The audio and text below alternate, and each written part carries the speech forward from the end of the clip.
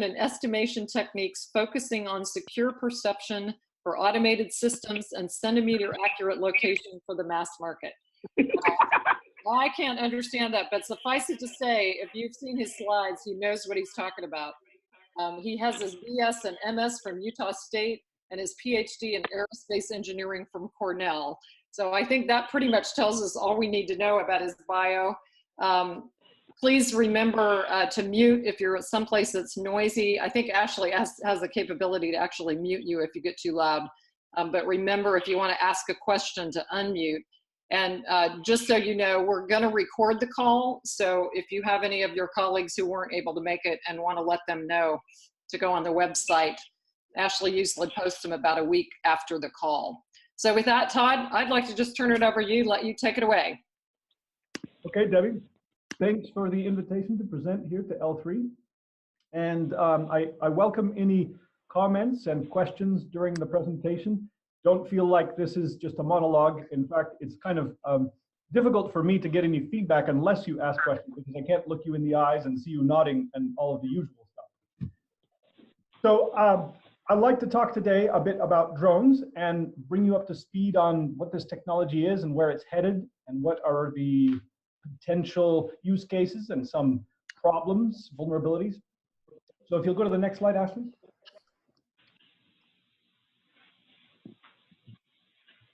A few years back, during the first game of the UT season, there were about 100,000 people gathered in the Memorial Stadium for this game. But they were having trouble concentrating on the game because hovering in the air above the stadium, there was an unidentified flying object with blue and red blinking lights. But it wasn't some, close encounter with alien civilization. This was just a drone, an unmanned aerial vehicle. The UT police were prepared for this, but they were nonetheless alarmed. They were wondering what the drone was doing there. Does it carry any kind of noxious agent, any poisonous chemical? Worse, when they finally found the operator, they traced the drone back to its operator. He just wanted to watch the game. It was an undergraduate student, and he wanted to watch the game from above. And that was as innocent as possible. But they did put him in handcuffs and take him down to the station because it is extremely dangerous to fly a drone over a crowd like this. And more than that, it causes fear that there might be something more than just an innocent undergraduate wanting to watch the game. Anyway, if we go to the next slide, shortly after that event, we had this magazine cover from the alcalde that was reminiscent of a Hitchcock movie and introducing drones to the community. Go to the next slide. So our lives will never be the same. That's the premise of my presentation today, given the drones have been introduced. And if you'll go to the next one, you might want to start from the beginning. What are drones? Next slide. Well, the name comes from this little bee, which is not a worker bee, and it's not a queen bee, so it doesn't protect the hive, and it doesn't gather nectar.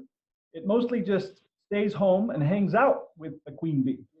That's why the name drone has been applied to lazy people or kind of a mindless robot. And in the case of UAVs, unmanned aerial vehicles, the name was applied because it was viewed originally as something of a mindless robot. But hold on, there are a lot of different kinds of drone. Let's take a look at a few of the different pictures of different sizes as they have been introduced over the years. Next slide. So this is a big surveillance aircraft drone capable of staying aloft for hours and controlled from half a world away. Next slide. This is the kind of typical drone that you might buy off the shelf from Amazon and fly over your neighborhood. As they get smaller, next slide. This is a hand-sized drone invented at Harvard a few years back. Next slide. And this is one of the smallest of all. And it is a little deceptive because, in fact, it doesn't carry its batteries along with it. Instead, you'll see these tiny wires protruding from the bottom. Those are the energy source for the drone. we haven't been able to make drones this small actually fly in an autonomous way without any external energy being supplied. And they do begin to look biomimetic. You can see that these are shaped almost like dragonflies, and they are meant to fly in a similar manner. Go to the next slide.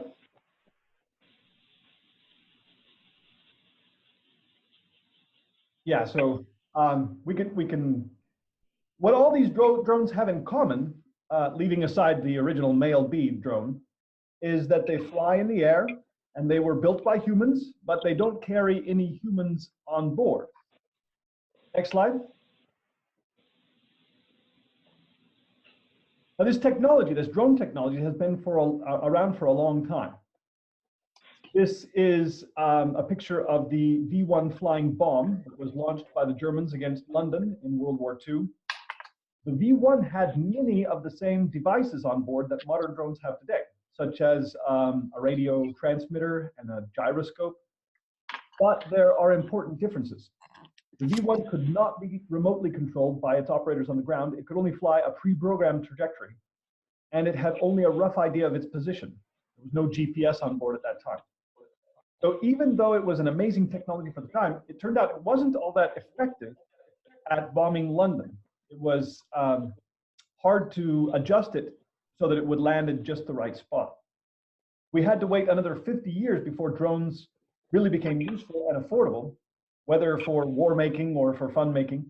The rise of drones in the last 15 years was triggered by advances in, I would say, 4 key technologies. And so I'd like to talk about each one of these key technologies in turn, because maybe you have questions in your mind. Why are we only hearing about drones over the last 20 years? Where have they been before that? Given that back in World War I or World War II, we had something as capable as the V1 flying bomb. So let me talk about these technologies in turn. First, if you go to the next slide, are the batteries.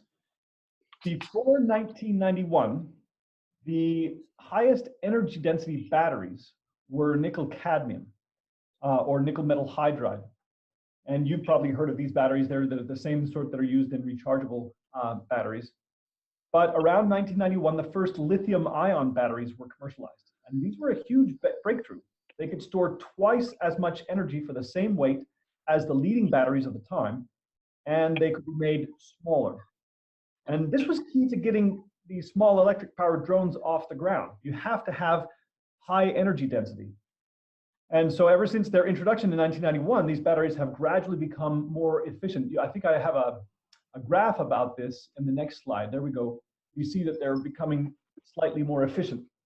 Unfortunately for the community of people who fly drones or who wish to expand their use, that curve isn't like Moore's law. It isn't exponential. It might be linear, but it's not even that steep. This is the real key technology that enabled drones in the first place, but it's also the technology that's holding them back, in the sense that the computational power has all gotten much better, whereas the battery density has not. Was there a question?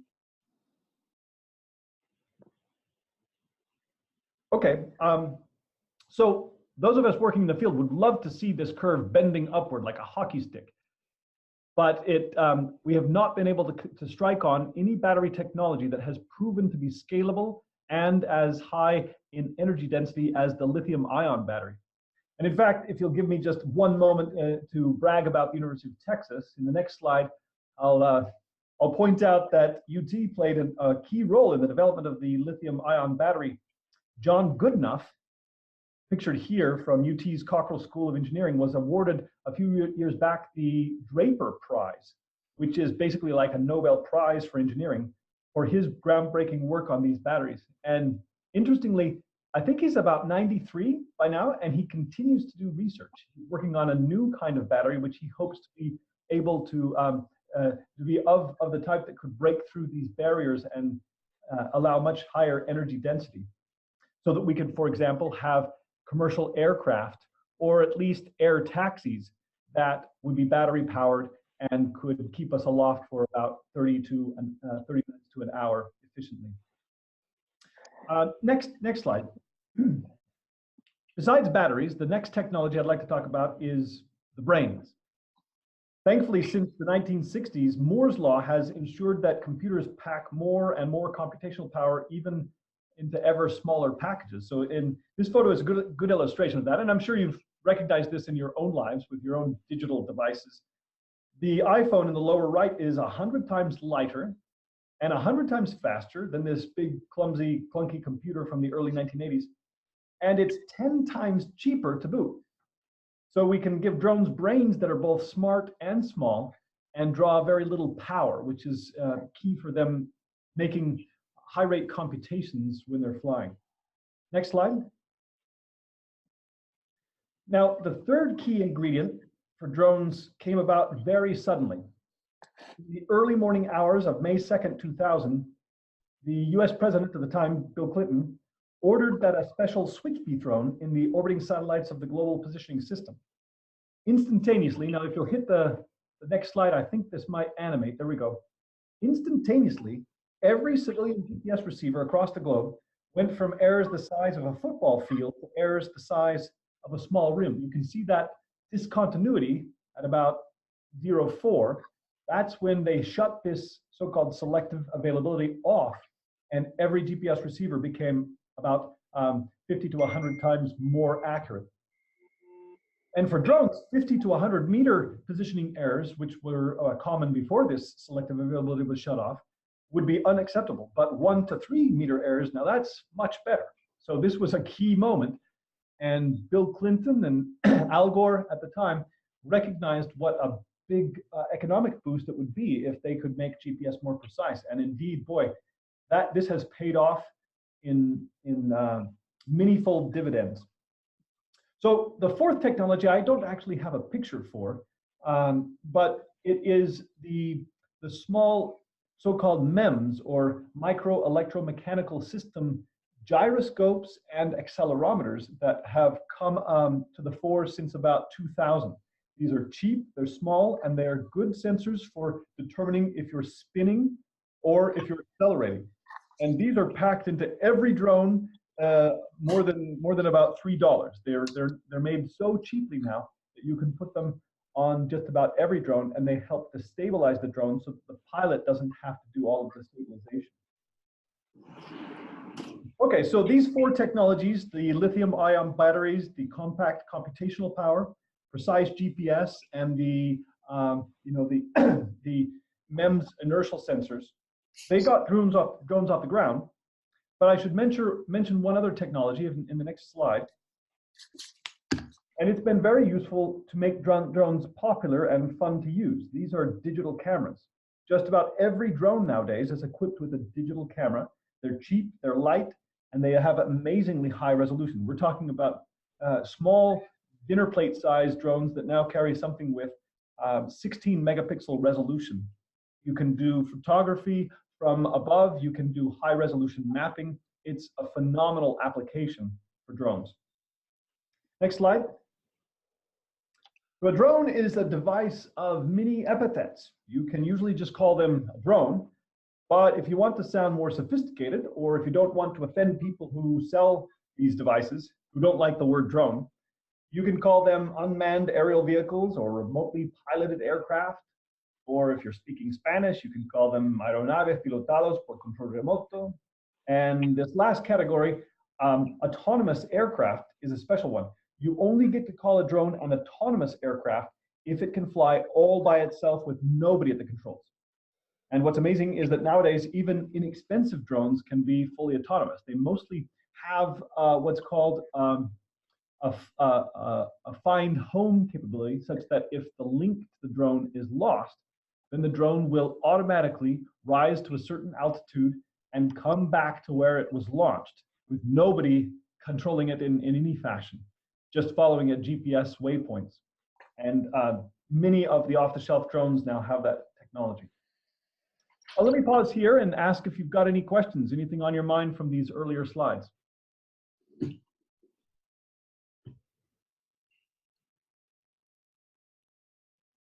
Okay, if not, I'll continue on. You might have wondered under what circumstances it's illegal to fly a drone. Maybe you've had people flying them over your home, or you've seen them in parks, national parks, state parks. My response today is that it's probably easier to build a drone than to figure out whether it's legal to fly one. And the problem is that not long ago, the National Transportation Safety Board issued a legal ruling, and I think I've got this on the next slide. So this was back in 2014. And the question they were trying to resolve was this: does the Federal Aviation Administration, the FAA, have authority to regulate drones just as it does traditional manned aircraft? Somebody had brought a suit and said, look, you can't regulate us because we aren't a traditional aircraft. We are a whole different breed of aircraft, and you're the Federal Aviation Administration applied to manned aircraft. So the FAA went out and studied this, and they came out with this, with this ruling that says the following. It says, it defines an aircraft in the statutes as an aircraft is any device used to fly in the air. This definition includes an aircraft, large or small. This is their wording. The prohibition on careless and reckless operation in a statute within this, this ordinance applies with respect to any aircraft other than kites and balloons. So anything meant to fly in the air. And you might say to yourself, wow, that's a fairly broad definition of aircraft. So next slide.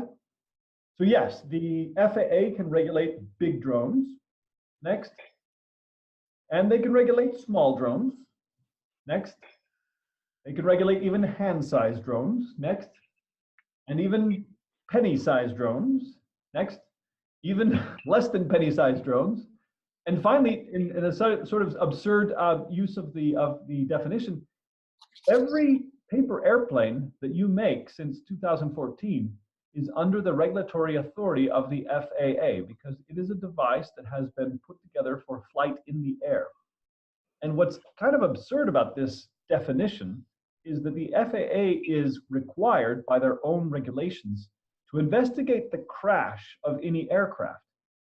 So if your paper airplane goes down as you're trying to send it across the living room, strictly speaking, the FAA is supposed to investigate that crash. So I recommend flying your paper airplanes with caution. Now it goes even further than this.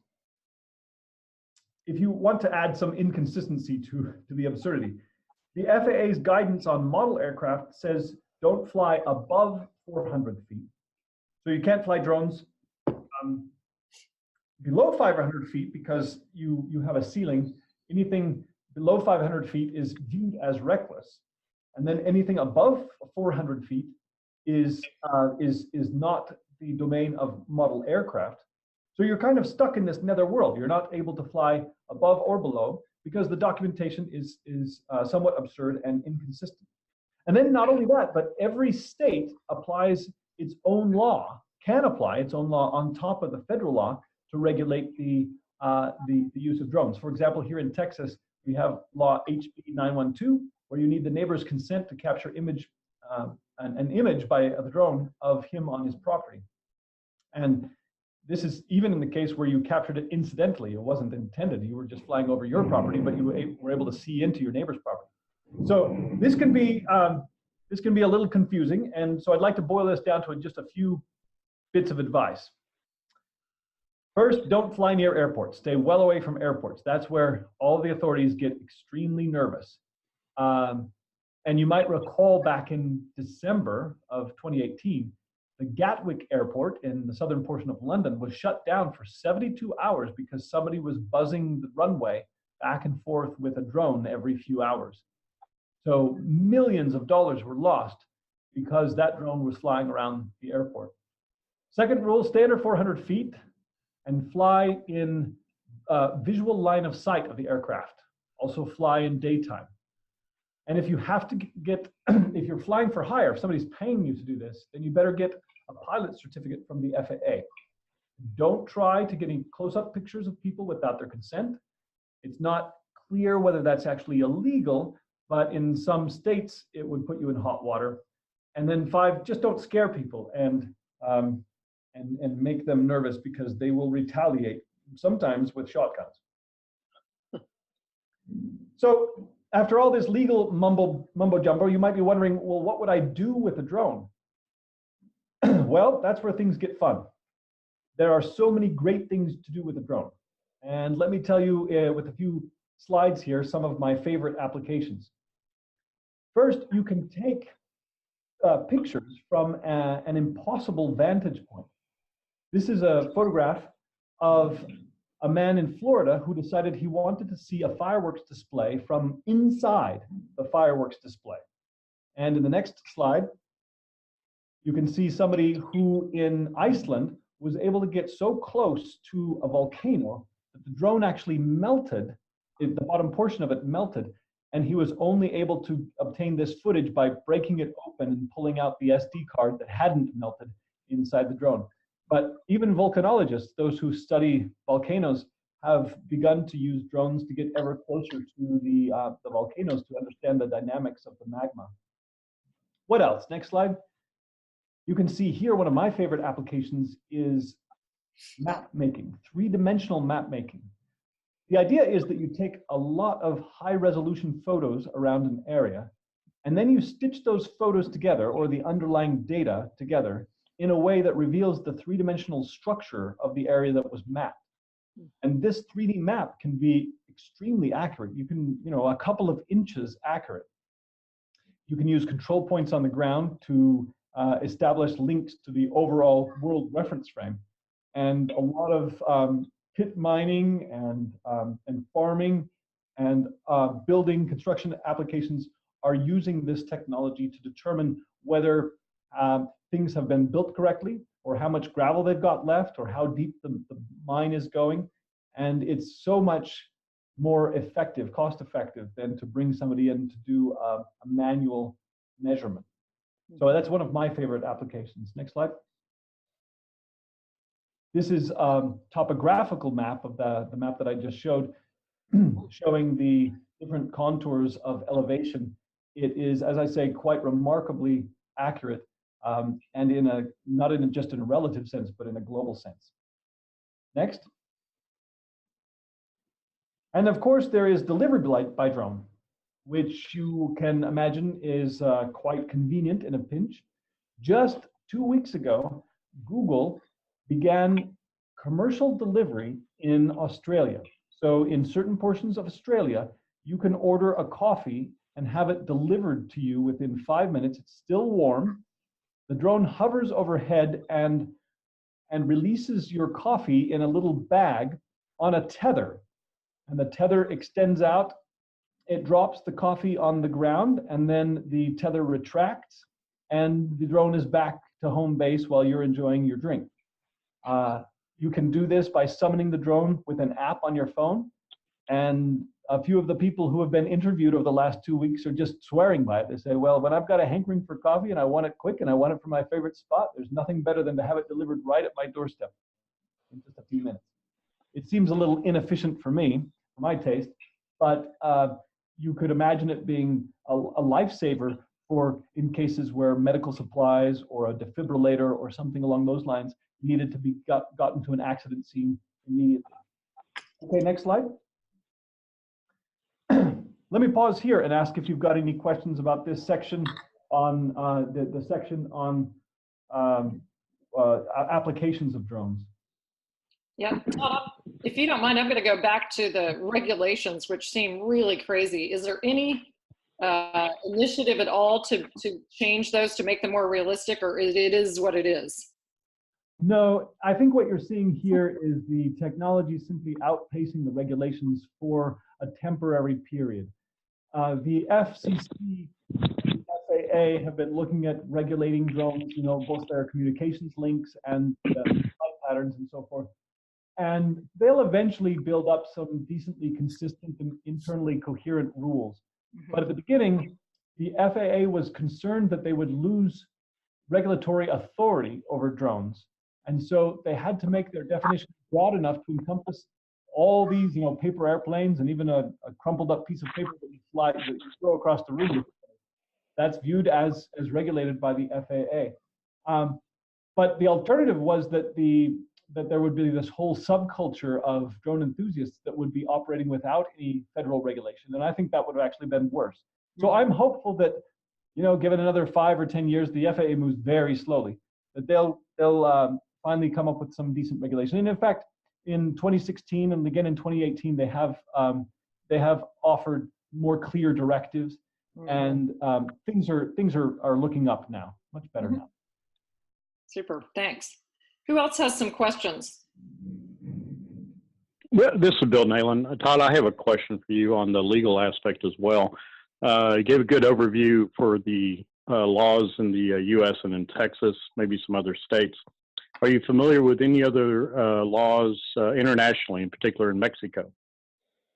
I'm not familiar in Mexico, but I do know that France, the UK, and Australia have much more permissive rules about drones. What's key to these places is that they allow flight beyond visual line of sight. So you can fly your drone carrying a cup of coffee in Australia far beyond the operator's view.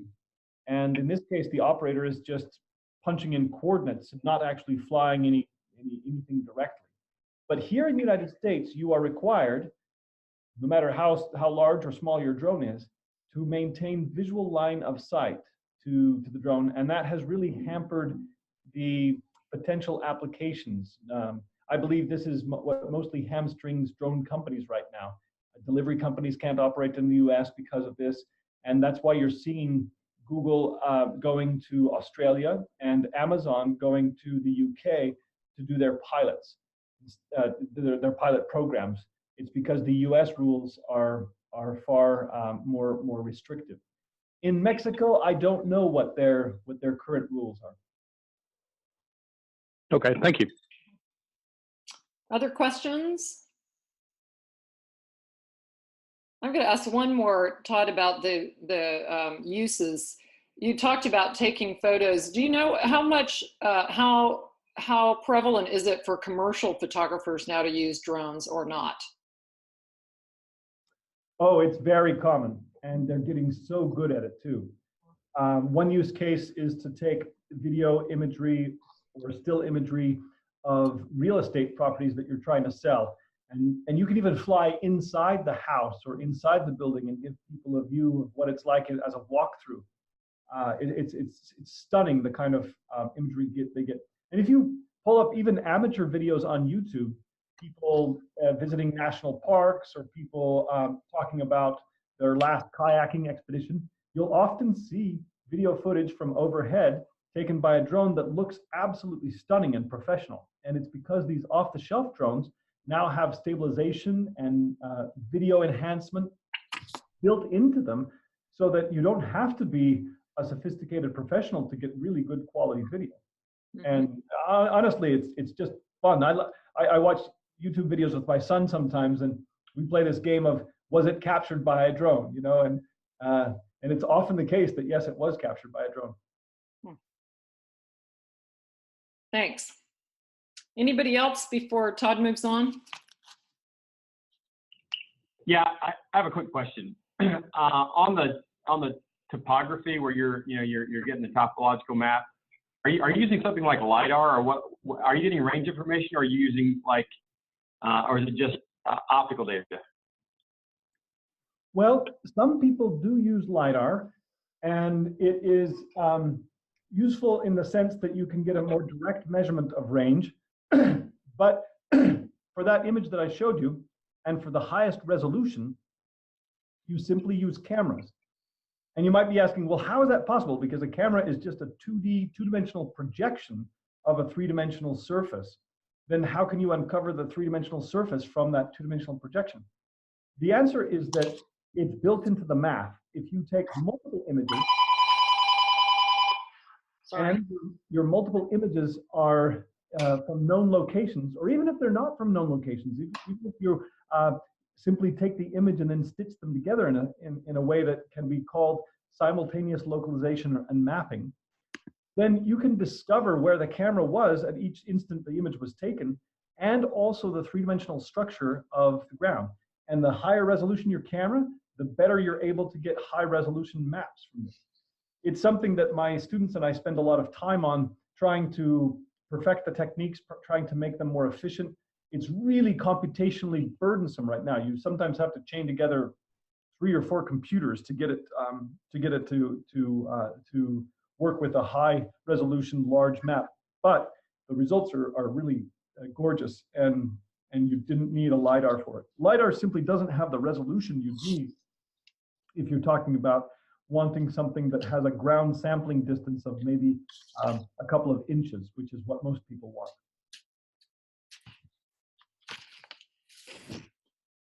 Okay, I'll go on and talk about some of the security components of drones.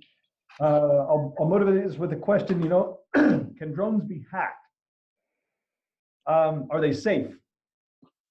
And I'm wondering, you might recall seeing the movie Interstellar a couple of years back. There was, at the beginning of the movie, a hijacked Indian Army drone that the protagonist brings in. That's the kind of hacking I'm talking about. Can you commandeer a drone, bring it down, either electronically or by some other means? Next slide. So back in 2011, the United States lost a stealth drone over Iran. It was gone. It was just missing. It was nowhere to be found. We didn't know where it had gone. About a week later, the Iranians reported that they had it, and in fact, they reported that they had captured it with an electronic attack. The US military said that was nonsense. The drone must have gone down due to a malfunction, and it was now just some pile of rubble. But unfortunately for the US military, their story didn't sound very credible after the Iranians released this photo, if you go to the next slide, on their state television. There was the drone, and it was intact, and they claimed that they brought it down with a spoofing attack. So this was hugely embarrassing for the US, and the US has never given an explanation for what happened. So all we have are the Iranians' explanation, which is that they sent electronic signals up that confused the drone and made it come down in their territory instead of back in Afghanistan. So at about this time, my phone started ringing. Reporters from all over the globe were calling me to find out if the Iranian story was credible. And why were they calling me? Well, because my students and I have been doing research exactly on this topic. This is a graphic from a magazine article that we put out in 2013. And we had built our own homebrew GPS spoofer. A spoofer is a machine that can generate GPS-like signals and fool a GPS receiver into thinking that the false signals are the true signals, and so fool a GPS receiver into reporting a time or a position that is incorrect. And in this next slide, you can see that's actually a picture of me and my son Ramon back when we were first putting together this spoofer, when it was in the prototype stage. It was at that time just a jumble of boxes and wires and cables. And since then, we've packaged it into a pretty nice little smaller package. Next slide. So this is the basic idea of GPS spoofing. You've got a GPS satellite up in the air. You've got, say, a helicopter flying at some true location. And you've got a GPS spoofer on the ground, which can hear the authentic signals from the overhead satellite, and then it can broadcast false signals up to the helicopter. So the helicopter ends up seeing both the true signals from the satellite and the false signals from the spoofer. But because the false signals from the spoofer are so convincing and a little bit higher power, they end up carrying the day, and the true location of the helicopter is not what the helicopter begins to think its location is. Instead, it starts to believe its location is the simulated location dictated by the spoofer.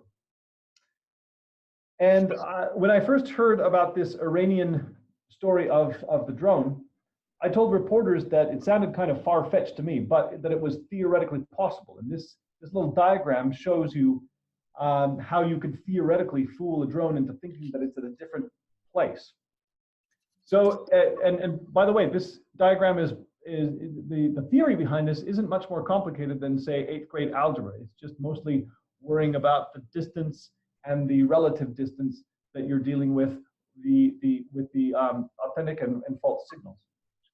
So after we had designed our attack on the back of a napkin, we contacted the Department of Homeland Security and told them that we thought that we could actually demonstrate the capture of a drone like the Iranians had claimed to have captured our drone. And to our surprise, they offered to get us all the permissions we needed to carry out our attack live. But they said we had to buy our own drone and we had to provide the manpower. So we went shopping for a drone. And we couldn't just get some toy. Instead, we ended up with this nice, which at the time was a $60,000 professional drone sold to military and police forces around the globe. Of course, we asked them to put the UT logo on it so that it could be easily recognized. So what did we do? Well, we began testing this drone in our laboratory with our spoofing device. And then on one fair June morning, we took it out to the UT football stadium. That'll be the next slide. Oh, here's a video, a brief video of what the attack is going to look like in theory. There's the drone. Here is the legitimate operator. And the legitimate operator is sending up waypoints to the drone, indicating that the drone should move from its current position toward that waypoint. The drone takes signals from overhead GPS satellites and follows its intended course, closing the distance between where it is and the intended waypoint. That's how things work normally. However, if there is a bad guy in the picture, a spoofer, generating signals that look like GPS signals from overhead satellites, then our original drone has a struggle occur inside its GPS receiver. This false correlation peak ends up pulling in the red dots here, which are the tracking points, and carrying them off captive, leaving behind the authentic peak behind it. And when that happens, the drone's sense of its own position gets altered. So now instead of being at its location, the drone thinks that it's at this phantom drone location and moves toward the waypoint and makes this alignment. This is a video of what we did in the Texas Memorial Stadium back in 2012. We had the drone fly above the stadium. It was initially controlled by my student under authentic GPS signals. But when we hit it with the spoofing signals, it was another student who was acting in the role of hacker that caused the drone to come down toward the pitch. And it would have crashed onto the pitch had not our safety pilot stepped in. A few weeks later, we were invited to go to White Sands Missile Test Range in New Mexico and carry out our demonstration under the noses of the Department of Homeland Security. The same experiment was conducted here, where the spoofer was taking over the drone after it was initially being flown by a legitimate pilot. And it came down toward the floor of the desert until our safety pilot intervened. This was a big deal from the point of view of the Department of Homeland Security and from the point of view of the FAA, who was at that time in the throes of modernization and trying to incorporate drones into the US airspace. So I was asked to come and speak before Congress 3 times now on this kind of subject, and have been telling them about the benefits and costs of incorporating drones into our national airspace. Next slide. I should point out that drones are a lot easier to crash than control when you're hacking them. In one event, a few years later, at a ranch here in Texas, we were trying our techniques again. And I remember saying to my students something to the effect of, hey, that last experiment, the one we just ran, worked pretty well. Let's crank things up a notch. Let's get a little bit more aggressive with our spoofing. And so they did. And interesting, what happened was that the internal estimator of the helicopter got so confused by the false GPS signals that even when we shut off the false GPS signals, the helicopter remained too confused because it ascribed all of the errors it was seeing to its own inertial sensors. And so even though we shut off our GPS spoofing, the helicopter flew sideways at about 40 miles an hour and crashed right into the side of a hill. But bless its heart, it sent out the data that it had captured on its computer even after it had crashed, So we were able to put together a really nice paper, a research paper on this incident and the theory around it. And it's one of my most highly cited papers now. So I call it my $60,000 paper, because our drone was a $60,000 drone, and it was one paper produced from it. Okay, next. Shortly after our experiment with the drones, we actually went and demonstrated that we could also fool larger prey. In this case, it was an $80 million super yacht called the White Rose of Drax, whose owner and whose captain, or they call him master in the British tradition, invited us on board to hack their super yacht. And we were able to do so, and we showed that it was susceptible to GPS spoofing just like the drone was. Next slide. You can see a video here of how we carried out this attack. Much like in the drone case, the ship is initially going along its intended path using GPS to guide it. But here comes the bad actor, and the bad actor is going to send out false GPS signals toward the super yacht, and it will convince that super yacht that it's following a slightly deviated course. So in response, the captain, or say an autopilot system, would attempt to correct course, but in doing so would actually cause the ship to deviate from the true course. So here we introduce just a 3-degree error, and causing the ship to believe that it has drifted to port. In response, it would move towards starboard, but it wouldn't be following the true line at that point. It would be following instead a different path, one that the spoofer intended, not the original path. And so this, of course, is very dangerous and is similar to the spoofing attack we carried out on the drone. Next slide. I liked this picture. I took it off the back end of the super yacht in the Mediterranean as we were finishing up our experiment. The bend in the wake there was caused by the faintest false GPS signals you could imagine.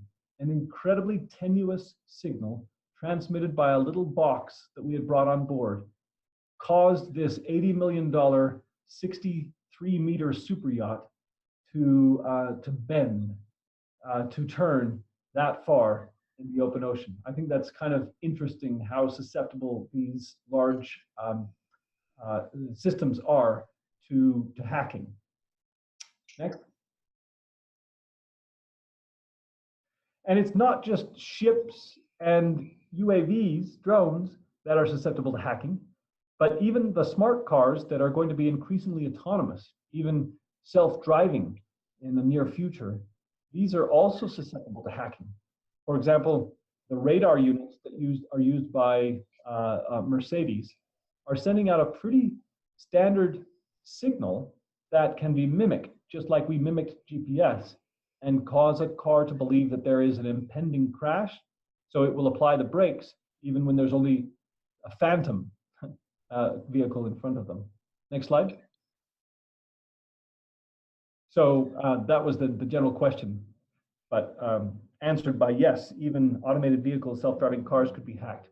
Last question is, do drones like to play sports? So since the last couple of years, we have been experimenting with different ways that drones can be involved in sporting events. Next slide. And thankfully, the University of Texas has been fairly generous in offering us the use of their football stadium to carry out some of our drone games. Here you're seeing a game of Pong being played between 3 drones above the students, and each one of the drones is behaving as if it were a player in this game. It's all being automated by software that's running on the drones and in the ground control computers. Next slide.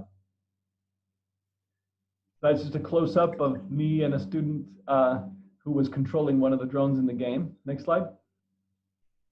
And that's the game as it was overlaid on the football stadium. So the stadium wasn't being used in the normal sense, but just to have this almost like a video game being played by the drones embedded on the stadium. Next. And that's a shot toward the goalposts where, showing one of our drones used at the time. Next. So this is the final slide saying that perhaps like in this picture of drone utopia, perhaps we can come to live in harmony with our drone overlords and recognize that they can provide us convenience, you know, a coffee in 5 minutes, and they can provide us beautiful footage. They can give us a sense of security when they're monitoring our properties, or maybe we can overcome the challenges with incorporating them into the airspace with other aircraft and shore up their security vulnerabilities so that we can cohabit this Earth harmoniously with drones going forward. That's the last slide, and I'm happy to take further questions if you've got them. Who has questions? I have some, but y'all go ahead. Now that now that you've learned how to hack them, have you devised anti-hacking defenses to subvert what happened? I'm sure the guy that paid a few dollars for the yacht would invest a couple more million to make sure his boat would not turn by someone else. It's true. In the years since we carried out that yacht attack, we came up with about 4 or 5 fairly effective techniques for detecting spoofing and even surviving a spoofing attack. However, none of these techniques is foolproof. In fact, we've been able to prove theoretically that there isn't any technique you could devise that would be absolutely foolproof against one of these type of GPS spoofing hackers. So you can definitely raise the cost of a successful attack. Instead of just being $300, you can force the attacker to become more and more sophisticated. But unfortunately, we haven't been able to defend against our best work. If we're playing chess against ourselves, the black pieces here are winning because our most devious attacks are still more effective than our most sophisticated defenses. Yikes. Who else has questions?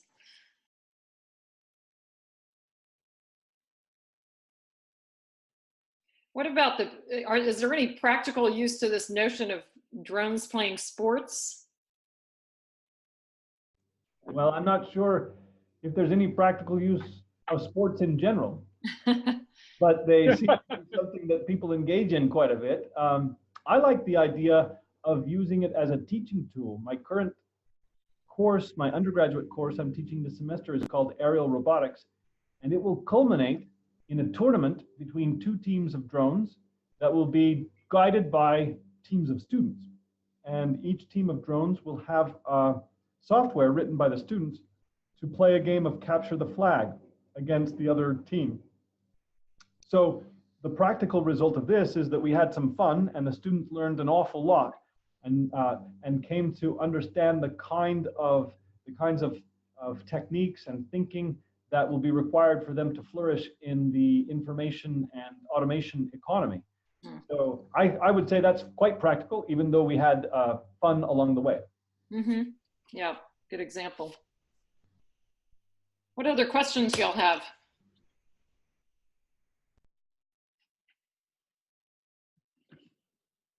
I'm going to ask one more about the spoofing and protecting against it. Frankly, that's kind of scary, I think, that, you know, the best devious people can outgun our best protection, if you will. Do you see that we'll ever be able to change that equation? Well, like I say, you have to combine several things in order for an attack to be successful. First, you need to find somebody who's motivated to carry out the attack.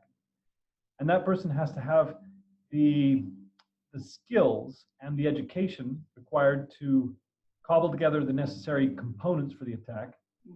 And that person also might need to have access to some fairly substantial capital. If you're using a sophisticated defense, then they'll need some sophisticated offense to circumvent your defense.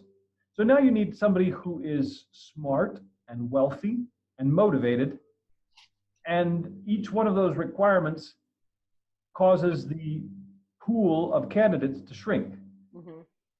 So you've got a lot of people who might be motivated to hack, but You basically need somebody who's got a PhD and has a chip on his shoulder. And I'm not that person. So I've got a PhD, but I don't have a chip on my shoulder. So I'm not going after anybody. There are those people around the world, and they are the most dangerous. They are the ones who could come up with something that would even imperil military aircraft. Yeah. Sure seems like it. So in the original GPS specification, there was this concept called anti-spoofing. What specifically was it about the radio signal that was intended to help prevent spoofing? Anti-spoofing is still employed today in the military side of GPS, but the civilian signals have never enjoyed anti-spoofing. Anti-spoofing was basically a cryptographic overlay on the spreading code of the GPS signals that made it impossible to predict those codes beforehand. Whereas the civilian spreading codes are entirely predictable. In fact, they're told to you in the documentation of GPS. And it's that predictability that we exploited when we did our attacks. We would be much more challenged in attacking a military-grade GPS receiver than the civilian receivers that we did go after.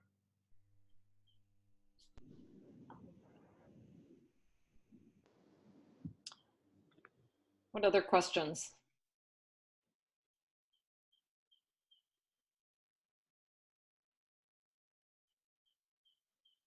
Leave it open just for a minute while people think. Todd, you did a great job of explaining kind of how we got where we are, what the uses are, what the vulnerabilities are. Really nicely laid out presentation. That's super informative, I think. And I thank you for doing this, because we'll post it on the website. I'm going to definitely encourage folks I know to watch. I think this is it's a fascinating topic, and we've just begun. The most exciting next development, in my mind, are air taxis.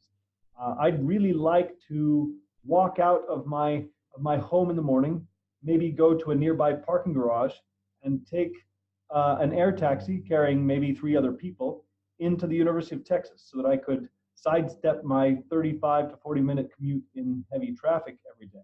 Yeah. And that is, it seems, on track to be a reality, probably within the next 5 or 10 years. It'll be expensive at first, but the folks who are planning for high density urban air mobility think that it will ultimately be cheaper than a taxi ride. Wow, that adds a whole nother layer to the regulation, doesn't it, though? How do you?